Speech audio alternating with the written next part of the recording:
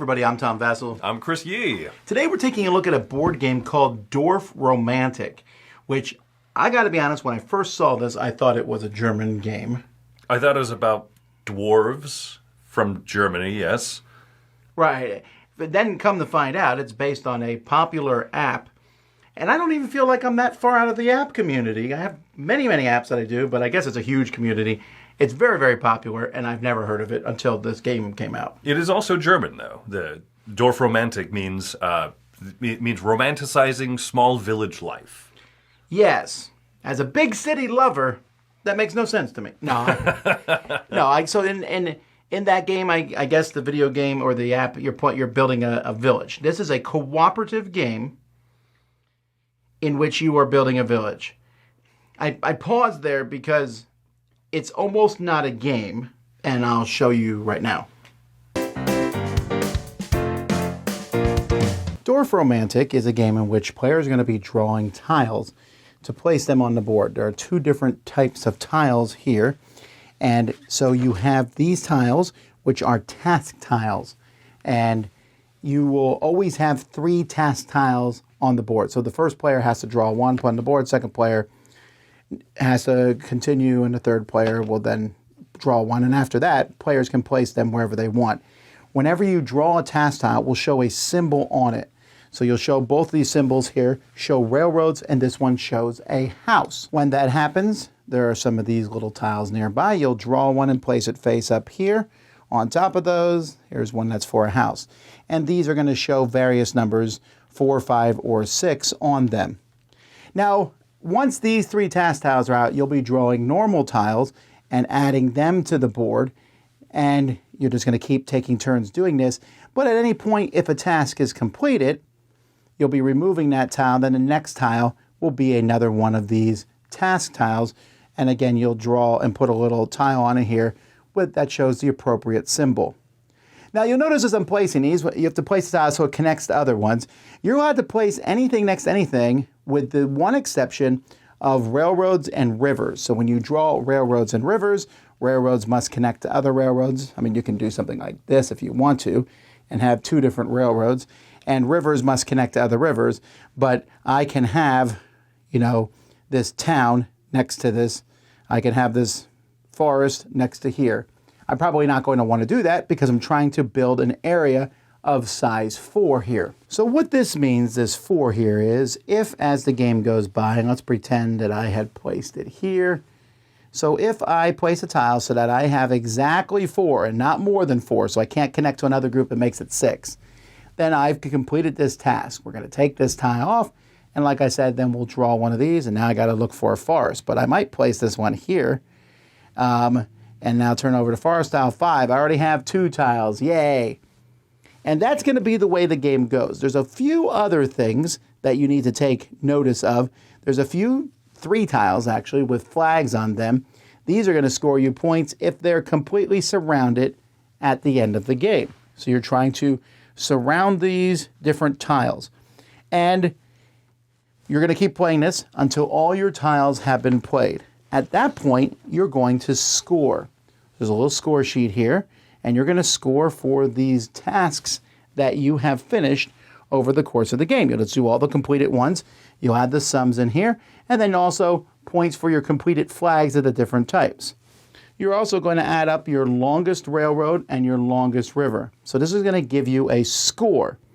Now, there are more things that you can unlock, and I'm going to talk about that. But after you get your score, you're going to look here on this sheet here to see what your score is. 0 to 99 is a vagabond, but hey, 150 or to 160 is a landlady. And that will give you a certain number of things that you cross off as you go through here. These are going to give you achievement cards and or allow you to unlock boxes. In the game, there are 5 boxes. Each of these boxes has cards and tiles, possibly things that are in them. Don't want to spoil these for you.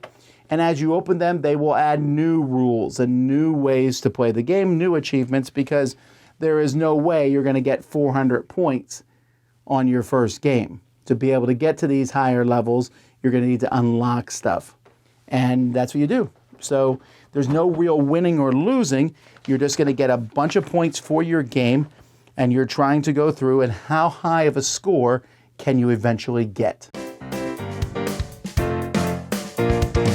The reason I don't think it's a game, it's a game, right? But it's hard to think of it as a game because you cannot lose. Right. It is a game in the sense that the purpose of pulling this box out is to play it and enjoy yourself. And you're trying to get a higher score, I suppose, which is going to happen by its very nature because without spoiling too much of what's in those boxes, it's just more ways to score points. Shocking, Vassal. Yeah, I know, right? So this game, so the tile laying, this is a weird game to talk about. The tile laying, you can connect any side to any side, but you have to connect roads and, not roads, railroads and the rivers. And the river. So when you play this, people are going to describe this as cooperative Carcassonne. And it would be really hard to argue that, except you've recently played cooperative Carcassonne. Yes, I have. And so it's easy to say that any tile laying kind of thing is Carcassonne-esque, right? Cooperative Carcassonne, the Mist over Carcassonne, has tension. It has a loss condition. It feels a little bit like Pandemic, where you're trying to clear stuff off the board via Carcassonne tile laying. This isn't any of that. It is just kind of build a really nice pasture, build a nice landscape, and score up and see how you did at the end. Right. You draw a tile in this game, and everyone says, hey, and they can tell you where to put it. Now, this is the crux, I think, of this review, is that when you draw that tile, it's not going to be, I think, take a brain wizard, I don't know what a brain wizard is, but a smart person to figure out where that tile goes. Everyone goes, you should put it here. Now, sometimes there's some options. You might say, well, let's put this new task tile over here so that we have room to grow it, or let's connect it with this railroad that's already 3 spaces long because... it's probably a 4, or guaranteed a 5 or a 6. Right. So there's not a lot of arguing even, right? I'll be like, I'm going to put this here, and everyone goes, seems good. So to that end, whether you like the game or not is going to depend on what you think of what I just said. And I think that, I thought that when you said it's a cooperative game, I thought your hesitation was going to be the fact that it feels a lot like a solo game, that you are taking turns amongst 2, 3, 4, 5, 6 people playing a solo game. Well, in a deeper conversation, cooperative games are all like that to some degree, but yes, I know what you mean. It's emphasized by that very point, that we played it with 3 people, and I was like, I'm going to play the next one by myself because it's fine, but there's not a whole lot of discussion that needs to happen because I think most people kind of get it, but I think part of it is that lack of tension, and to go really quick back to the cooperative Carcassonne, because I think people will ask and say, how does this compare to cooperative Carcassonne? I think the other thing that makes the Mist over Carcassonne feel more cooperative is that you have your own color meeples that you are trying to score for different reasons, and there is reason to kind of share up, have two, yellow and red in the same city. So there's more gameplay. It's actually going on. Easier than Carcassonne. Absolutely. Absolutely. And I think people might like that about it, that you're not having to have that tension of, there's almost never a bad tile pull where you go, oh no, this is going to set us back. It's oh, okay, well, we'll throw it over here and maybe we'll build it up later. Yeah, I guess the only thing, like, you get a flag near the end and you're like, oh, we can't surround it, or... Mm-hmm. But you're just going to get points. And it says 8+ on the box. That's 100% accurate. It's very easy to play this. Yeah. So to that end, it's kind of a weird thing because I can see a lot of people really liking this for its Zen-type atmosphere. A lot of people say this about Tokaido, where you move down. Although I argue Tokaido's less Zen-like than it appears. Sometimes I'm like, I can't believe he went to the spot I wanted to go to. Go anywhere but the fishing village. Anywhere? Yeah. But right. But Tokaido is kind of an easy style game. You just move down the path and do stuff. This is that even more so. To the point where some people say, I like cooperative games sometimes, but I'm a competitive person. If you're competitive in any sense of the word, you will hate this. I agree. I'm not someone that needs to have like a a drive to win or anything like that, I can appreciate that this is a pretty faithful recreation of the video game, of the app, wherein there's no win-loss condition. You're not trying to face Donkey Kong. You're not trying to beat the big boss at the end. You're not trying to even hit a certain score amount. You're just trying to build a pretty sweet landscape.